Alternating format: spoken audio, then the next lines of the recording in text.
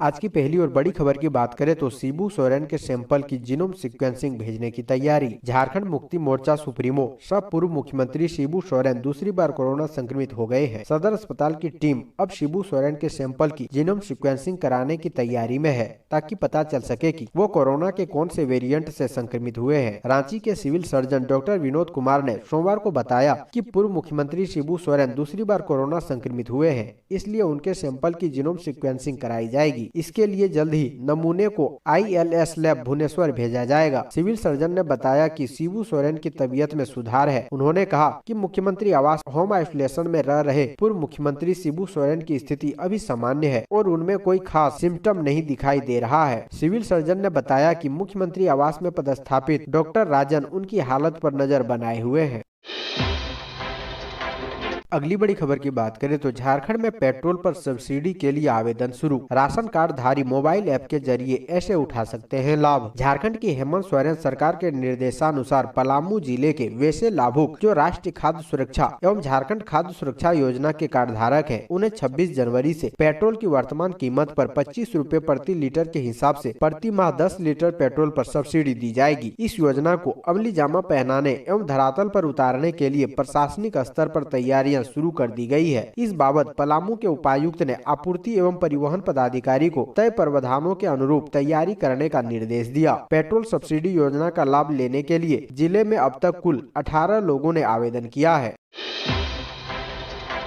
अगली बड़ी खबर की बात करें तो रांची आने वाले विमान यात्री संभल कर रहे। 100 में से 4 लोग हो रहे पॉजिटिव। अगर आपके आसपास कोई विमान से यात्रा करके पहुंच रहा है तो सुरक्षा के लिहाज से उससे सोशल डिस्टेंसिंग बनाकर रखिए। बल्कि विमान यात्रा करने वाले यात्रियों को खुद भी कुछ दिन के लिए सेल्फ क्वारंटाइन कर लेना बेहतर होगा। एक रिपोर्ट में सामने आया है कि विमान से यात्रा करके झारखंड पहुँचने वाले ज्यादातर लोग संक्रमित पाए गए हैं। इसमें कोई शुरुआती लक्षण नहीं थे, लेकिन वे कोरोना संक्रमित थे। जानकारी के मुताबिक रेल रोड और हवाई मार्ग से झारखंड आने वाले लोगों में विमान यात्री ज्यादा संक्रमित मिल रहे हैं। स्वास्थ्य विभाग की रिपोर्ट के अनुसार शुक्रवार को रांची एयरपोर्ट पर उतरने वाले हर 100 यात्री में जहां 4 लोग संक्रमित मिल रहे हैं, वहीं रेल से आने वाले 100 यात्री में 1.55 संक्रमित मिले। रोड से आने वाले 100 लोगों में 0.80 ही पॉजिटिव मिले हैं। ऐसे में विमान यात्री अधिक संक्रमित हो रहे हैं या इनमें संक्रमण फैलने की ज्यादा आशंका है, ऐसी स्वास्थ्य विभाग की रिपोर्ट कह रही है। अगली बड़ी खबर की बात करें तो दुमका में कोयले के अवैध कारोबार पर चली JCB। 24 से ज्यादा खदानें कराई गई बंद। झारखंड के नक्सल ग्रस्त इलाके दुमका में चल रहे अवैध कोयला के कारोबार पर नकेल कसने के लिए जिला प्रशासन की टास्क फोर्स टीम ने बड़ी कार्रवाई की है। जिला प्रशासन की इस कार्रवाई से अवैध कारोबारियों में हड़कंप मच गया है। इलाके में एकाएक छापामारी होते देख कोयले के काले कारोबारी भी अवैध खदान छोड़कर भाग खड़े हुए। छापेमारी के दौरान जिला प्रशासन ने अवैध कोयला खदानों को JCB मशीन से डोजरिंग करके बंद कर दिया है। मिली जानकारी के अनुसार प्रशासन ने शिकारी पाड़ा वन क्षेत्र में बदला पाड़ा और लुटिया पहाड़ के जंगली इलाकों में अवैध रूप से चल रहे कोयला कारोबार पर छापेमारी कर बड़ी कार्रवाई की है। अगली बड़ी खबर की बात करें तो हाई कोर्ट एवं सिविल कोर्ट में वर्चुअल सुनवाई 24 तक जारी। कोरोना संक्रमण के बढ़ते मामलों को देखते हुए झारखंड हाई कोर्ट के साथ सिविल कोर्ट में होने वाली सभी सुनवाई 24 जनवरी तक वर्चुअल मोड में ही होगी। हाई कोर्ट के रजिस्ट्रार जनरल मोहम्मद शकीर के हस्ताक्षर से आदेश जारी हुआ है। जारी आदेश में कहा गया है कि कोविड-19 प्रोटोकॉल का प्रत्येक स्तर पर सख्ती से अनुपालन करते हुए 24 जनवरी तक वर्चुअल मोड में सुनवाई जारी रहेगी। बता दें कि हाई कोर्ट में 3 जनवरी से एवं सिविल कोर्ट में 4-5 जनवरी से वर्चुअल सुनवाई चल रही है, जो आगे भी जारी रहेगी। अगली बड़ी खबर की बात करें तो चान्हो दुष्कर्म कांड। पुलिस ने 12 घंटे में 3 आरोपियों को दबोचा। बीजेपी ने की फांसी देने की मांग। झारखंड के चान्हो थाना अंतर्गत 16 जनवरी की अहले सुबह दौड़ की तैयारी कर रही नाबालिग का अपहरण कर सामूहिक दुष्कर्म की घटना ने एक बार फिर सरकार को कटघरे में खड़ा कर दिया है। मामले की जानकारी मिलते ही रांची पुलिस ने त्वरित कार्रवाई करते हुए चान्हो थाना अंतर्गत नाबालिग लड़की का अपहरण कर चलती कार में बलात्कार करने के सभी 3 आरोपियों को 12 घंटे के अंदर गिरफ्तार कर लिया है। घटना में प्रयुक्त i10 कार, चाकू एवं 2 मोबाइल फोन भी बरामद किया गया है। लेकिन बीजेपी ने इस मामले पर सरकार को कटघरे में खड़ा कर दिया है। बीजेपी ने घटना की जानकारी मिलते ही अपनी महिला मोर्चा इकाई की 4 सदस्यीय टीम को जांच के लिए चान्हो भेज दिया। बीजेपी ने मांग की है कि हेमंत सरकार पीड़िता और उनके परिजनों के जान माल की सुरक्षा की व्यवस्था करे, साथ ही फास्ट ट्रैक कोर्ट से सुनवाई कर फांसी की सजा दे।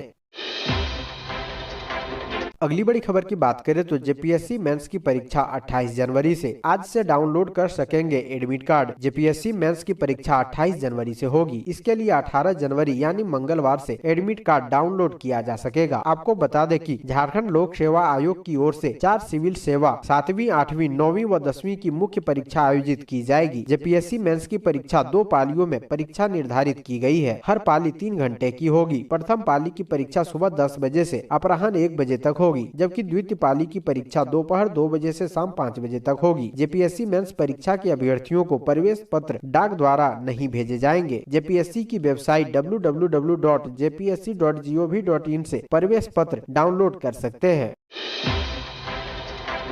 अगली बड़ी खबर की बात करें तो झारखंड में 20 सूत्री के गठन पर सरकार में घमासान। राजद कांग्रेस तरे रही आंखें। झारखंड में 20 सूत्री और 15 सूत्री कमेटी के निर्माण के साथ बगावत का आगाज हो गया है। जिला एवं प्रखंड स्तर पर चल रही कमेटी निर्माण की घोषणा के साथ जहां राजद ने उपेक्षा का आरोप लगाते हुए बगावत का झंडा बुलंद कर दिया है, वहीं कांग्रेस के अंदर नाराज नेताओं ने कमेटी से इस्तीफे के साथ संगठन और सरकार के खिलाफ हल्ला बोल दिया है। झारखंड में सरकार गठन के 2 साल बाद शुरू हुई 20 सूत्री और 15 सूत्री कमेटी इन दिनों चर्चा में है। जिला और प्रखंड स्तर पर शुरू हुई इस कमेटी ने गठबंधन सरकार के अंदर दरार पैदा कर दी है। राजद ने कमेटी निर्माण में उपेक्षा का आरोप लगाते हुए बगावत का झंडा बुलंद कर दिया है। रांची प्रदेश कार्यालय में जिला अध्यक्षों की बैठक में खुद की सरकार के खिलाफ लड़ाई को तेज करने का निर्णय लिया गया।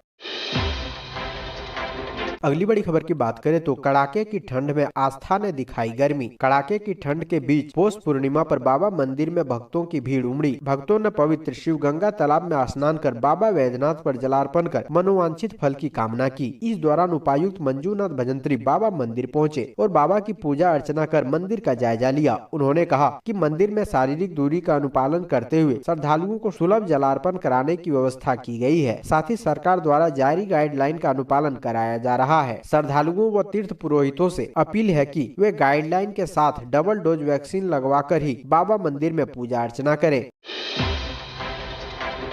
अगली बड़ी खबर की बात करें तो बिना मास्क वालों पर सख्ती। झारखंड के इस जिले में भेजे जाएंगे जेल। कोरोना की तीसरी लहर को देखते हुए कोरोना प्रोटोकॉल नहीं मानने वालों पर सख्ती शुरू हो गई है। झारखंड के दुमका में उपायुक्त सह जिला दंडाधिकारी रविशंकर शुक्ला के निर्देश पर बिना मास्क पहनने वाले लोगों के विरुद्ध कड़ी कार्रवाई शुरू हो गई है। रविवार को बिना मास्क के पकड़े गए लोगों को कैंप जेल भेजने की तैयारी की गई। जिला परिवहन पदाधिकारी यानी डीटीओ फिलिबिजुअस बारला के नेतृत्व में यह कार्रवाई की जा रही है। कमार दुधानी स्थित तीरंदाजी प्रशिक्षण केंद्र दुमका को कैंप्स जेल बनाया गया है। कोविड-19 से बचाव के उद्देश्य से उपायुक्त का निर्देश है कि बिना मास्क के सार्वजनिक स्थलों पर घूमने वाले और सामाजिक दूरी का पालन नहीं करने वाले व्यक्तियों के विरुद्ध आपदा प्रबंधन अधिनियम 2005 के तहत कार्रवाई करें। अगली बड़ी खबर की बात करें तो झारखंड में 14 आईपीएस समेत 865 पुलिसकर्मी हुए कोरोना संक्रमित। झारखंड में कोरोना बेलगाम होता जा रहा है। ये वायरस बड़ी संख्या में पुलिस वालों को भी अपनी चपेट में ले रहा है।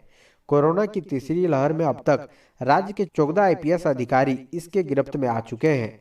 कुल 865 पुलिसकर्मी की संक्रमित होने की सूचना है। इसमें से 341 पुलिसकर्मी स्वस्थ भी हो चुके हैं, जबकि 524 कर्मियों का इलाज चल रहा है।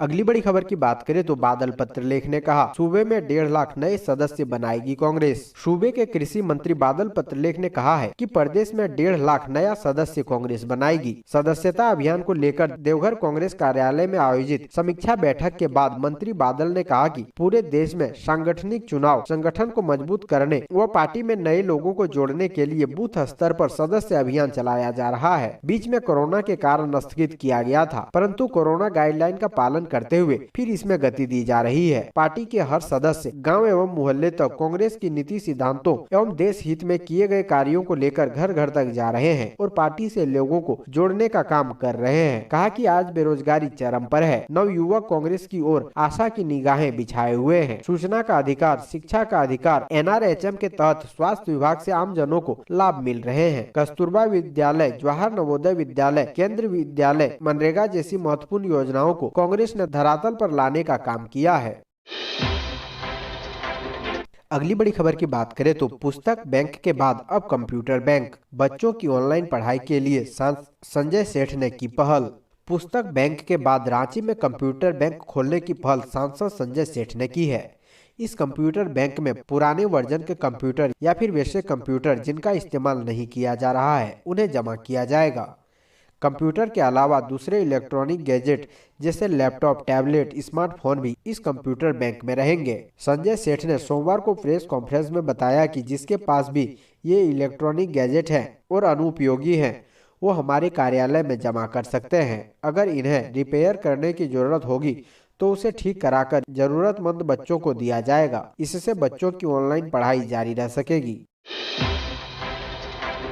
अगली बड़ी खबर की बात करें तो रांची एयरपोर्ट में कोरोना का ब्रेक, आधी हुई फ्लाइट की संख्या मात्र 16 उड़ान। झारखंड में कोरोना का कहर हवाई सेवा पर भी दिख रहा है। रांची के बिरसा मुंडा एयरपोर्ट पर संक्रमण की वजह से उड़ानों की संख्या 50% तक कम कर दी गई है। फिलहाल हर दिन रांची एयरपोर्ट से 16 फ्लाइट ही दूसरे महानगरों के लिए उड़ान भर रहे हैं, जबकि सामान्य दिनों में करीब 29 फ्लाइट उड़ान भरते हैं। रांची के बिरसा मुंडा एयरपोर्ट के निदेशक विनोद शर्मा ने बताया कि कोरोना की वजह से यात्रियों की संख्या में 40% तक कमी आई है। इसको देखते हुए विमानों की संख्या लगभग आधी कर दी गई है। उन्होंने बताया कि हर दिन रांची एयरपोर्ट पर महज 1500 यात्री ही दूसरे राज्यों से पहुंच रहे हैं। इन सभी यात्रियों की सख्ती से जांच की जा रही है। उन्होंने रांची एयरपोर्ट पर ज्यादा संक्रमितों के मिलने की खबर को खारिज किया और कहा कि रांची एयरपोर्ट पर काफी कम यात्री दूसरे प्रदेशों से पहुँच रहे हैं। उन सभी के पास 72 घंटे के अंदर की RT-PCR रिपोर्ट होती है। इन सभी लोगों की सख्ती से जाँच की जा रही है।